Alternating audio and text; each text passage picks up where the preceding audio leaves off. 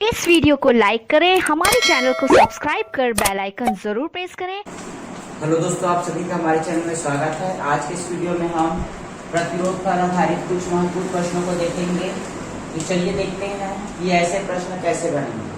कल के वीडियो में हमने जो भी फार्मूले पढ़े थे और श्रेणी क्रम संयोजन और समांतर क्रम संयोजन के बारे में देखा था कि उसे आपको किस प्रकार बनाना है।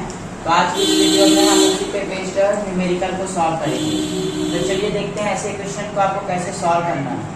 हमने कल देखा था श्रेणी क्रम संयोजन, जब दो प्रतिरोध इस तरह जुड़े होते हैं तो उसे श्रेणी क्रम संयोजन बोला जाता है, और जब दो प्रतिरोध इस प्रकार जुड़े रहेंगे तो उसे समांतर क्रम संयोजन कहा जाता है।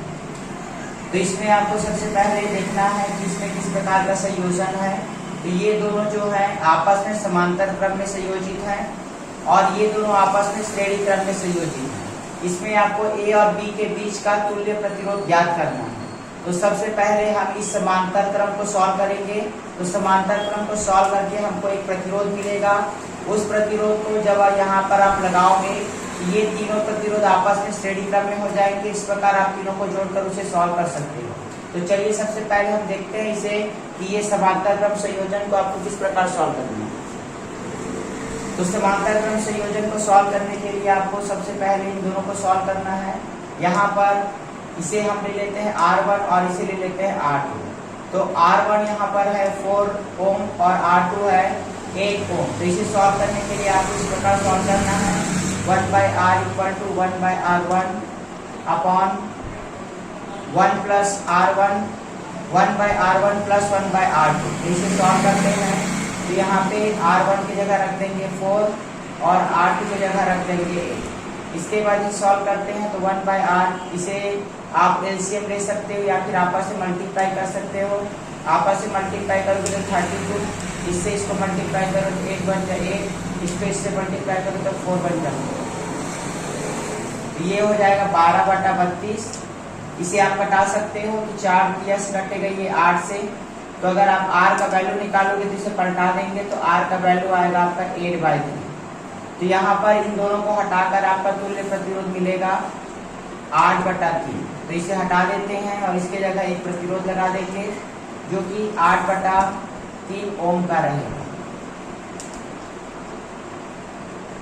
अब यहाँ पे देखेंगे ये दोनों समांतर प्रतिरोध जब हट गए तो हटने के बाद आपको ये तीनों आपस में श्रेणी क्रम में जुड़ गए। तो श्रेणी क्रम के लिए आपको इसको सीधा सॉल्व करना है। यहाँ पर आप नए केस में R1, R2 और R3 ले सकते हो। तो इसे सॉल्व करेंगे तो ये होगा R1 plus R2 plus R3। यहाँ R1 है 2 ओम, R2 है 4 ओम और ये है 8/3। तो इसे सॉल्व करेंगे, इसके बटे में 1 लिख देंगे। तो ये हो जाएगा। सबको आप चाहो तो लघुत्तम समापवर्तक ले सकते हो, जिसका लघुत्तम समापवर्तक 3 आएगा। इसको जब इससे भाग करते हैं तो आपका 3 ही आएगा और 3 को ऊपर से गुणा कर देंगे तो 6। यहाँ पर भी 3 आएगा, 3 को ऊपर से गुणा कर देंगे तो 12। 3 को 3 से भाग करेंगे तो 1 आएगा, 1 को ऊपर से गुणा करना है। इन दोनों को आपस में जब आप भाग करोगे तो जो आएगा उसको ऊपर से गुणा करते हैं, ये ऐसा इसका नियम है। तो यहाँ पर इसको सॉल्व कर लेते हैं तो ये हो जाएगा आपका सबको जोड़ने पे 26/3। यहाँ पर इस श्रेणी क्रम में है तो इसका सीधा आंसर हो जाएगा R का वैल्यू 26/3। तो इस प्रकार आपको इसे सॉल्व करना है।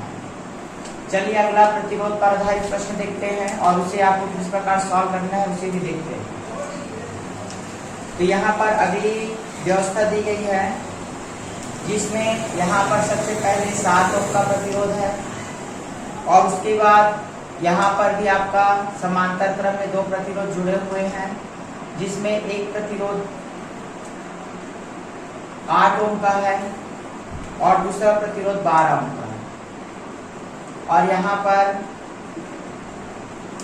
एक बैटरी लगी हुई है जिसका वोल्ट दिया है 6 वोल्ट का ये बैटरी है। अब इसमें आपको सबसे पहले तुल्य प्रतिरोध ज्ञात करना है और साथ में उसके बाद आपको विद्युत धारा ज्ञात करना है कि इस जो प्रतिरोध है उसमें कितना विद्युत धारा प्रवाहित है। तो चलिए देखते हैं। सबसे पहला हम तुल्य प्रतिरोध निकालते हैं। तुल्य प्रतिरोध के लिए आपको सबसे पहले इन दोनों को समांतर क्रम को सॉल्व करना है। समांतर क्रम आने के बाद इसे जब आप हटा दोगे तो ये श्रेणी क्रम में आपस में जुड़ जाएंगे, जैसा हमने अभी सॉल्व किया है। तो सबसे पहले इसका देखते हैं। यहाँ पर 1/r होगा 1/8 प्लस 1/12। यहाँ पर आप चाहो तो आपस में मल्टीप्लाई कर सकते हो, या फिर एलसीएम मेथड से लोगे तो इन दोनों का आएगा एलसीएम 24। जब 8 को इससे डिवाइड करोगे तो 3 आएगा, 3 को ऊपर से मल्टीप्लाई करेंगे। जब 12 को इससे डिवाइड करोगे तो 2 आएगा, 2 को ऊपर से मल्टीप्लाई करेंगे। तो ये आपका आ गया 5/24। तो 1/r आ गया 5/24। इसे अगर आप पलटा दोगे तो आपको r का वैल्यू मिलेगा 24/5। तो इसे हटाने के बाद आपको तुल्य प्रतिरोध मिला 24/5। इन दोनों को हटा देते हैं। हटाने के बाद आपको मिलेगा यहाँ पे 24/5। अब 24/5 ओम है और ये 7 दोनों श्रेणी क्रम में है। तो यहाँ पर आप इसको नॉर्मली आपको जोड़ देना है। तो पहले का आएगा 7 और दूसरे का आएगा 24/5। इसे जोड़ लेते हैं। तो जोड़ने के लिए इसे गुणा कर दे देंगे आपस में, तो 5 हो जाएगा। 5 को इससे गुणा कर देंगे तो 35 और इसको इससे गुणा कर देंगे तो 24। इसके लिए दो तरीके हैं, या तो आप एलसीएम ले सकते हो या फिर इसी मेथड को यूज कर सकते हो। 5 को आपस में गुणा किए, 5 एकम 5, इसको इससे करेंगे 35 और इससे करेंगे तो 24। तो यहाँ पर r का वैल्यू आ जाएगा। अब इसे जोड़ देते हैं तो ये हो जाएगा 9 और ये हो जाएगा 5 और ये। तो इसका आंसर आया r का मान 59/5। तो ये हो गया आपका तुल्य प्रतिरोध। इसका जो यहाँ पे जो सीरीज सर्किट दी गई है उसका तुल्य प्रतिरोध आया आपका 59/5। अब इसके बाद आपको इसका धारा का मान निकालना है। तो यहाँ पे r आया आपका 59/5।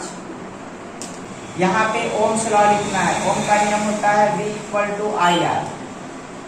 तो यहाँ पर आपको V पता है, V का वैल्यू है 6, I का वैल्यू आपको निकालना है और R का वैल्यू होता है 59/5। अभी हमने निकाला। अब इसे सॉल्व कर लेते, इसको इससे गुणा कर लेंगे और नीचे में जो 59 है वो आ जाएगा। तो यहाँ पे धारा का मान आ जाएगा, इसे गुणा कर देंगे तो धारा का मान आ गया 30/59। तो इस प्रकार आप इसे निकाल सकते हो, ये आपका एम्पियर में रहेगा। तो इस प्रकार दिए गए सर्किट में आपको ओम्स लॉ का उपयोग करके धारा का मान निकालना है। चलिए अगला क्वेश्चन देखते हैं। अगला क्वेश्चन में एक बल्ब है जिसमें अंकित है 200 वोल्ट। तो ये V का वैल्यू है विभवांतर का, और यहाँ पे पावर दिया गया है इसका 100 वाट। 100 वाट का ये बल्ब है और यहाँ पे 5 बल्ब लगे हैं और प्रत्येक बल्ब में 4 घंटे जलते हैं। 5 बल्ब हैं और हर बल्ब का जो शक्ति है वो दिया गया है 100 वाट। ये 4 घंटे जलते हैं और साथ ही इसमें दिया गया है कि 50 पैसे पर यूनिट के दर से आपको निकालना है कि इसमें कितना विद्युत खर्च आएगा। तो चलिए देखते हैं। यहाँ पर देखिए, सबसे पहले इस पावर को आपको मल्टीप्लाई करना है 5 बल्ब से। तो इससे आपको पता चल जाए कि 5 बल्ब में कितनी ऊर्जा खपत हो रही है। या फिर इसको आप दूसरे तरीके से निकाल सकते हो। 5 बल्ब है, 4 घंटे जल रहे हैं, तो 5 चौक हो जाएगा 20। आपस में गुणा कर दोगे तो ये 5 बल्ब जो है वो 20 घंटे उपयोग में होते हैं एक दिन में। ठीक है, एक दिन का आपका आ गया 20।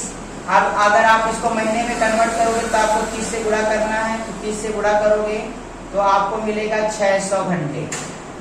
अब इस 600 घंटे को आपको क्या करना है, इस पावर से गुणा करेंगे, क्योंकि एक बल्ब का आपका 100 वाट है, एक बल्ब का 1 घंटे का 100 वाट है। तो यहाँ 600 घंटे का आपको निकालना है। तो 600 घंटे को जब आप 100 वाट से गुणा कर दोगे तो यहाँ पर आपको मिल जाएगा 60,000 वाट। 60,000 वाट जो है उसको अगर आप किलो वाट में कन्वर्ट करोगे क्योंकि तो आपको मिलेगा 60 किलोवाट। अब इस 60 किलोवाट की दर भी दी गई है प्रश्न में, तो दर है 50 पैसे। तो जब 60 किलोवाट को अगर आप 50 पैसे से गुणा करोगे तो आपको बिजली भी पता चल जाएगा कि कितना आएगा। 50 पैसे को अगर आप रुपये में बदलोगे तो जाएगा 0.5। इसे आपस में गुणा कर दोगे तो आपका आएगा 30 रुपये। तो इस ऐसे प्रश्न को सॉल्व करने के लिए आपको इस तरीके को याद रखना है। सबसे पहले आपको एक बल्ब का पावर दिया है, 5 बल्ब है, 4 घंटे जलते हैं, तो 5 चौक हो जाएगा 20। तो टोटल आया 20 घंटे। 20 घंटे एक दिन का है, आपको महीने का निकालना है तो 30 से गुणा कर लिए, तो ये हो गया आपका 600 घंटे।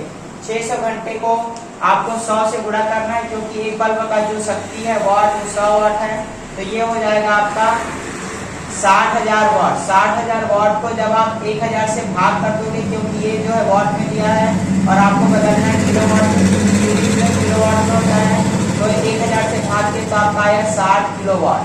अब 60 किलोवाट जो है उसको आपको पैसे से गुणा करना है, तो यहाँ पर 50 पैसे दिया है, 50 पैसे की दर से, तो 50 पैसे मतलब होता है 0.5 रुपए। तो 0.5 को जब आप गुणा करोगे 60 से तो आपका आएगा 30 रुपए। तो अगर 100 वाट का बल्ब है और 5 घंटे 5 बल्ब है, 4 घंटे जलते हैं, तो 30 दिन में ये जो है 30 रुपए का इसका बिजली बिल आएगा। तो इस प्रकार ऐसे प्रश्नों को आपको सॉल्व करना है। तो ये हुआ आज के इस वीडियो में हमने रेजिस्टेंस पर आधारित प्रश्न और ये बल्ब दिया रहेगा उसका कुल यूनिट के हिसाब से आपको पैसे निकालना था, वैसे प्रश्न को सॉल्व किया। तो इस प्रकार आपको ऐसे सॉल्व करके इसे आंसर निकालना है। ऊष्मा पर आधारित प्रश्नों को देखेंगे कि ऊष्मा पर कौन कौन से सूत्र उपयोग होते हैं और उस पर आधारित प्रश्नों को भी सॉल्व करेंगे। अगर वीडियो अच्छी लगे तो वीडियो को लाइक करना ना भूलें और ऐसे ही ऑलरेडी पाने के लिए आप हमारे चैनल को सब्सक्राइब कर सकते हैं।